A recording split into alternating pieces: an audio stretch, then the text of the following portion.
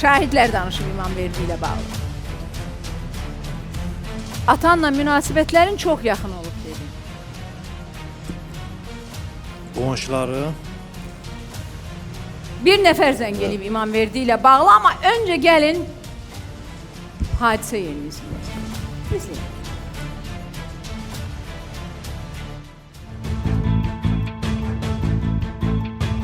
İmamverdi kişi itmədən öncə noyabr ayında gördüyünüz bax bu sahədə evindən hardasa bir kilometr mən deyərdim. Bəlkə də az ərazidə bıçaqlanıbdı. Oğlunun Süleymanın dediyinə görə İmamverdini evindən çağıraraq bura gətiribdilər.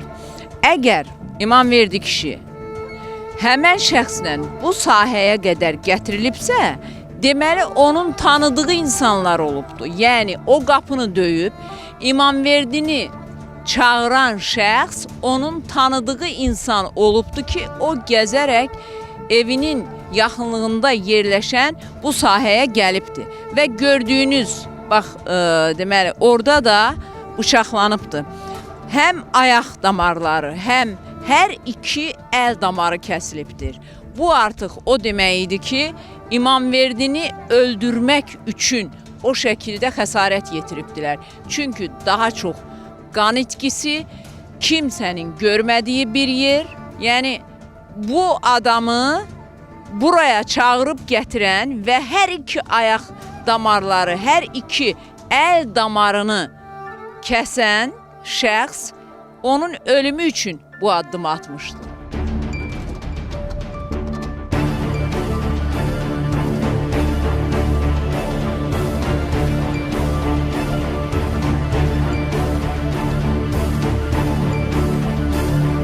Qeyd eləyim ki, İmamverdi kişi sürünərək buradan qonşunun qapısına qədər gəlib və sizin qapınızı döyüb.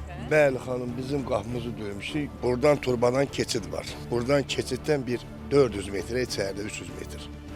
Orada qan axa buradan gəlmişdi bizim ünvana, bu qapıya, bu bizim evimiz.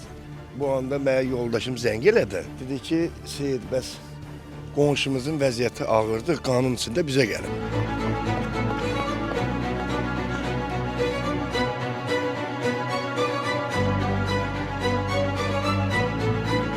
Mən dedim uzaqdayam, qonşuya tez köməklə təcil yardım çağır. Təcil yardım gəlincən yoldaşım qolunu zadım bağladı, hamısı sarıdı qanın içində.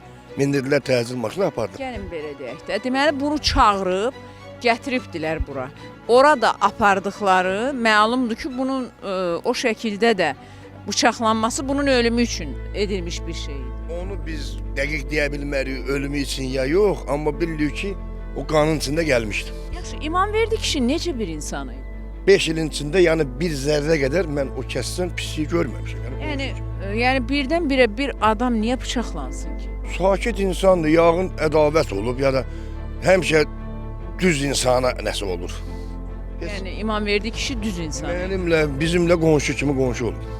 Bütün ətraf da eləncə deyir. Oğlu dünənləri belə bir söz dedi ki, İmamverdi kişi belə cəmaatın həll olunmayan məsələlərin həll eləyir. Məsələn, deyir ki, borcu olan olurdu, borcunu ala bilmirdi, gəlir deyirdi, İmamverdi kişi gedib onun borcunu alırdı.